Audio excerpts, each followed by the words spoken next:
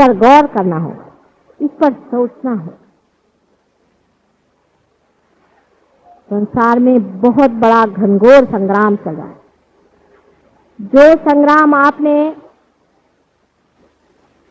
काली के अवतार में सुना था, उससे महाभयंकर संग्राम आज संसार में चल रहा है। इसमें जिसकी जीत होगी वही निर्धार करेगा कि सृष्टि का सृजन पूरा होगा या खत्म होगा। एक तरफ तो पूरी तरह से राक्षस और उनकी सेनाएं तैयार बैठी हुई हैं, अधिकतर तो मृतावस्था में ही वो हैं, और कुछ कुछ राक्षसों ने जन्म लिया हुआ है। क्या हमें उन लोगों का साथ देना है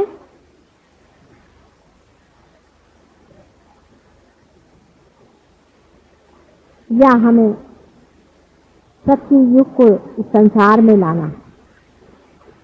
बहुत से लोग मुझसे कहते हैं इस देश की गरीबी कैसे दूर होगी, आपके बकवास से दूर होगी क्या? वियतनाम का युद्ध कैसे बंद होगा, आपकी चिंता से बंद होगा क्या? नहीं होगा ना। ये तो इसलिए आप बातचीत कर रहे हैं कि आप असलियत से अपना मन हटाओ। जो युद्ध वियतनाम में है वो आपके अंदर भी हो रहा है। जो अमीरी गरीबी की बातचीत है वो आपके अंदर भी हो रही है। आप अगर अमीर होना चाहें तो अपने अंदर हो सकते हैं, और गरीब दरिद्र होना चाहें तो अपने अंदर हो सकते हैं। जिस देश की आत्मा ही दरिद्री हो जाए वो देश अमीर कैसे हो सकता है?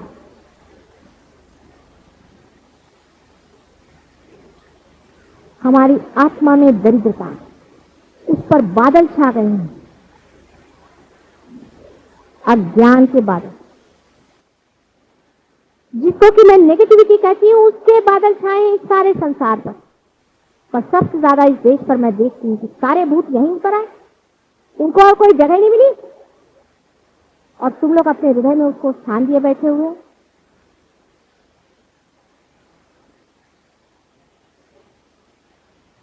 मन की दरिद्रता दूर हुए बगैर सारा सुहावना समय भी बेकार जाता है। ऐसे ऐसे राक्षसों को आपने हृदय में स्थान दिया है इस देश में कि राक्षसों का नाश कर भी नहीं सकते, क्योंकि उनके सारे निशाचर आपके अंदर घुसे पड़े हुए हैं। उनका अगर नाश करें तो उनके निशाचर आपको फाड़ खा जाए।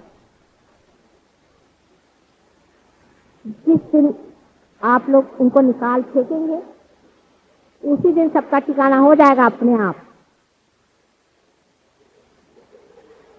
लेकिन पहली बात तय कर लें कि हमें परम तत्व को पूरी तरह से पूरी सच्चाई के साथ जानना है। इससे बढ़ के संसार में कोई धन संपत्ति नहीं। परम धन वही है, सारे परम आनंद की उपलब्धि उसी में ही है। उसको पहले पा लीजिए। अपने मन को इधर से उधर करने की कोई जरूरत नहीं, बेकार की बातें लेकर के इस देश की गरीबी कैसे दूर होगी। तो आप प्राइम मिनिस्टर ऑफ इंडिया हैं जो आप सब चीज का ठेका लिए बैठे हैं।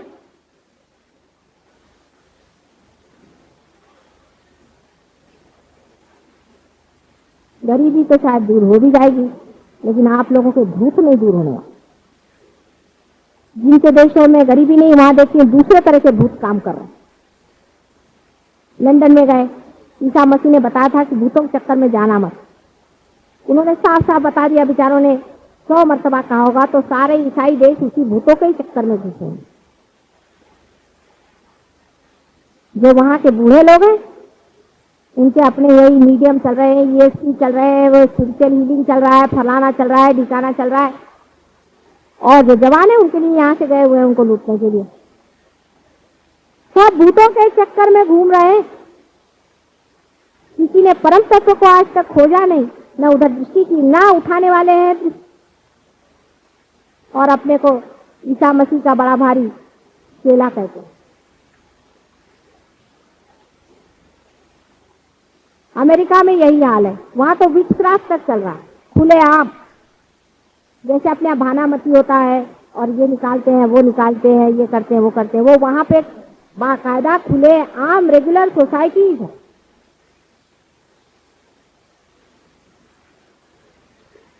अपने यहाँ उसका नाम धार्मिक और भगवान बन के लोग करते हैं, क्योंकि अपने यहाँ डबल स्टैंडर्ड है ना, ढोंग बहुत है। इसी देश में ऐसा ढोंग पना।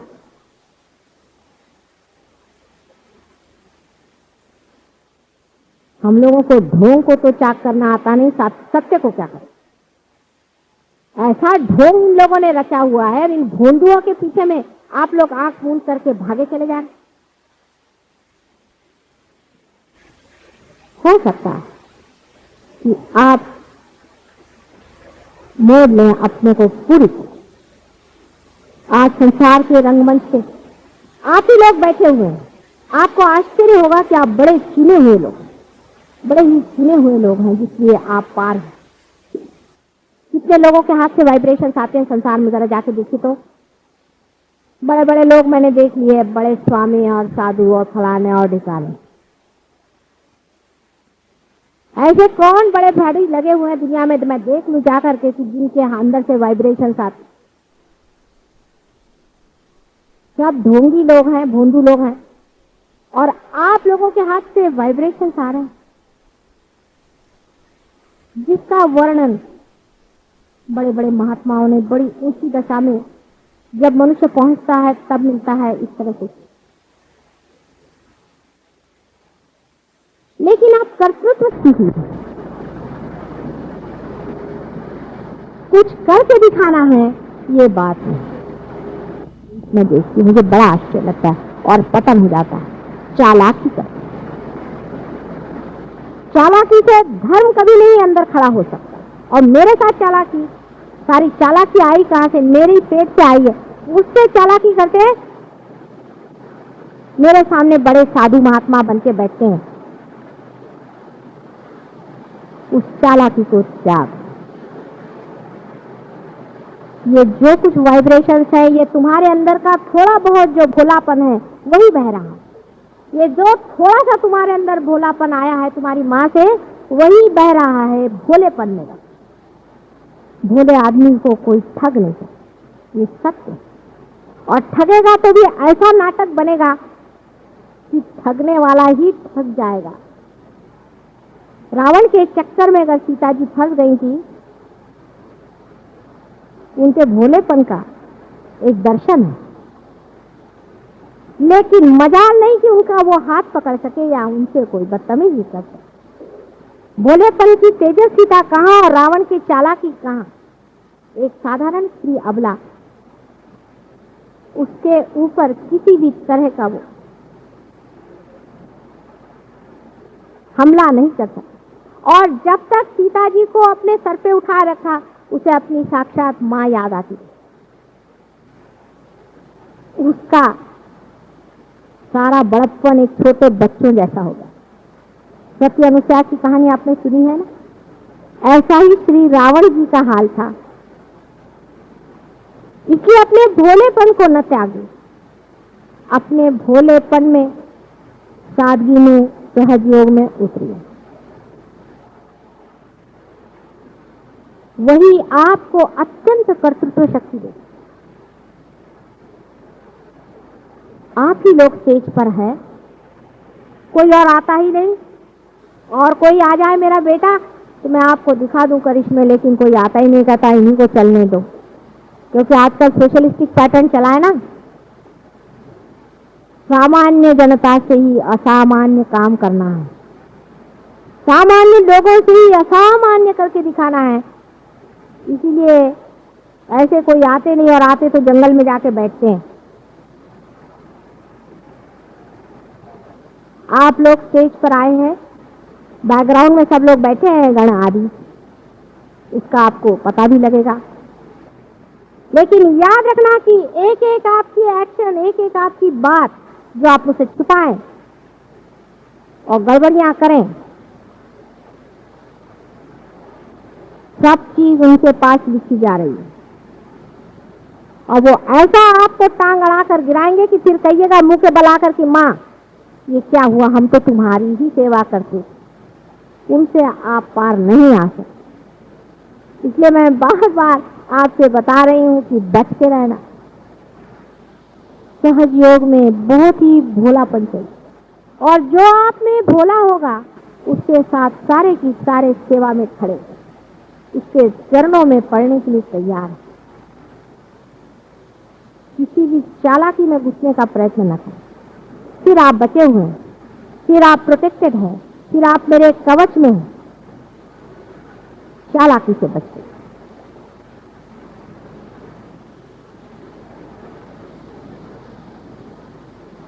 आज के शुभ मुहूर्त पर आपसे बार बार एक ही कहना है कि कोई क्षण अपने जीवन में ऐसे महत्वपूर्ण होते हैं कि हम इस किनारे से उस किनारे चले ही जाते, भवसागर तर ही जाते हैं।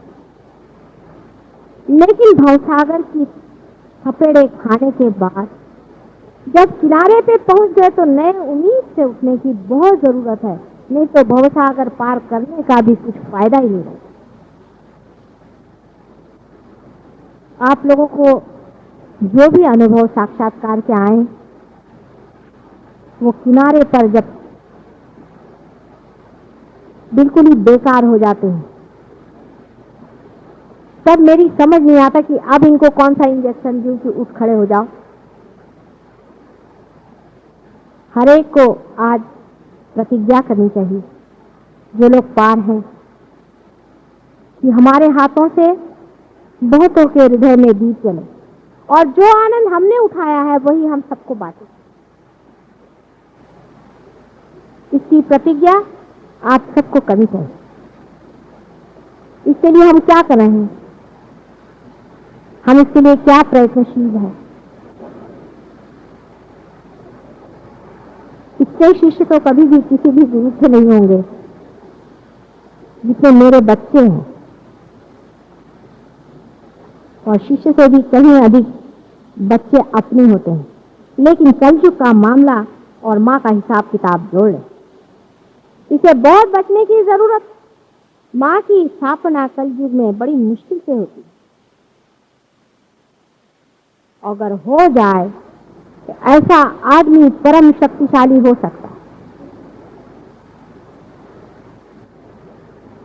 दूसरों से लड़ने में अपनी शक्ति व्यर्थ न करें, आपस में लड़ाई झगड़ा लगाने में अपनी शक्ति व्यर्थ न करें, दूसरों की ओर देख करके अपनी शक्ति नष्ट न करें, लेकिन अपने से लड़िए, खुद से लड़िए, अपनी ओर देखें, अपनी ओर नजर करें, और अपने से पूछो कि क्यों मैं इतना निर्बल हो रहा हूं, क्या बात है, क्यों, आखिर क्या, कौन सी ऐसी बात है जो हमने आपको दी नहीं, कौन सी ऐसी बात है जो हमने आपको समझाई नहीं।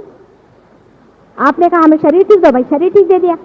किसी ने कहा हमारे बाल सफेद कर दो, उनके बाल सफेद कर दिए। किसी ने कहा हमारे काले कर दो, उसके बाल काले कर दिए। किसी ने कहा बेटा दे दो, उनको बेटा दे दिया। किसी ने कुछ मांगा, वो दे दिया। किसी ने कहा माँ इसका सारा ज्ञान बताओ, सारा गोप से गोपनीय ज्ञान बनाने की बैठे। किसी ने कहा माँ हमें ये चीज दे दो, वो चीज। सब देने के बाद भी अगर ऐसा ही निठल्लापन है तो फिर क्या किया जाए भाई, देकर हम लेने वाले तो नहीं है, लेकिन आपको और कुछ अगर पाना ही है, उठना होगा, बगैर उठे काम नहीं होगा। आज के दिन जरूर सबको अपने मन ही मन प्रतिज्ञा करनी है। छोटी छोटी चीजों में मैं देखती हूँ कि मनुष्य घबरा जाता है। जैसे एक साहब को मैंने कहा यहाँ बैठी, दूसरे से कहा वहां बैठी, फिसल गए। एक को मैंने चिट्ठी लिखी, दूसरे को नहीं लिखी, फिसल गए। कोई साहब थे, उनको मंत्र गाने को कहा, दूसरे को इसको कहा, इस पर फिसल। ये क्या है?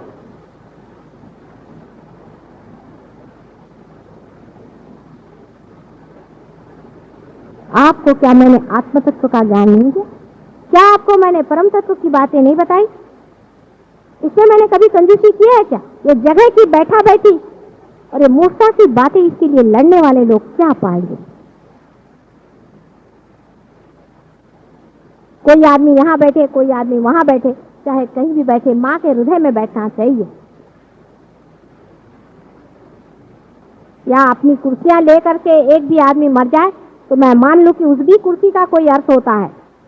सबकी कुर्सियां भी यहीं छूट जाती है और बैठक भी छूट जाती है। आध्यात्म की बैठक दिखाइए। जो गहराई में उतरता है वो बैठ कर बैठता है। दूसरों से आपसे कोई मतलब नहीं है। अंदर ही अंदर आप मुझे जान सकते हैं, अंदर ही अंदर आप मुझे पा सकते हैं, लेकिन अपने ही अंदर अंदर घुसना होगा। दूसरों के ऊपर या दूसरों के ओर जिनकी दृष्टि है